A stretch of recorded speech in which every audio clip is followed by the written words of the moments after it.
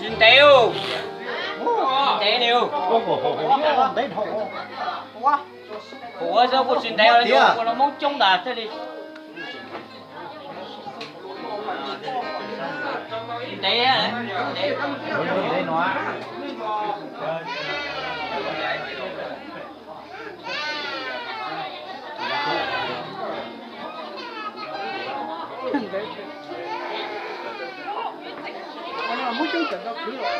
Cái chuyện nhau.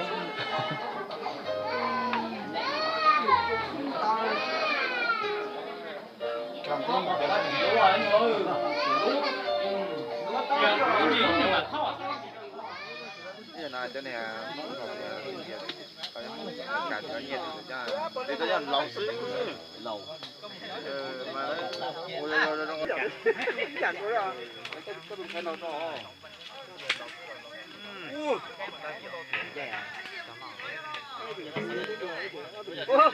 chặt rồi cái là tôi cú tôi chỉ cú cho nó tí đi nên bảo ta để lá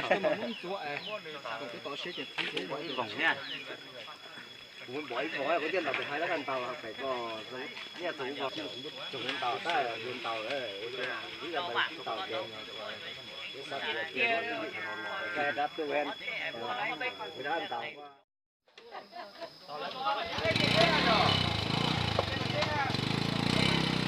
Muốn chỉ trong mà Cái nào bây giờ còn trái phải đấy. ủa đây kìa. Đời giờ tới điện tao lại xe một đời luôn.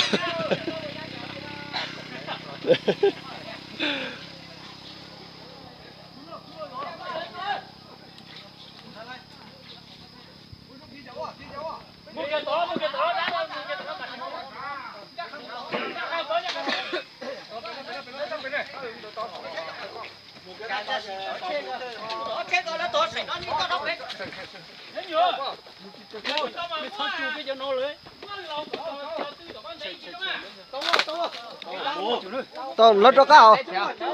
Có tập bay tới sao mà nhất tụi nó chỉ trừ mà tôi cứ tiền cậu liền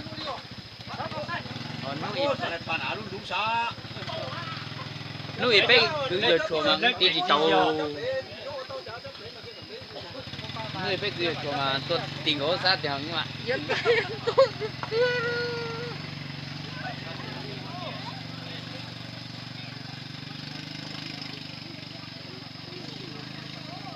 con nhìn nhớ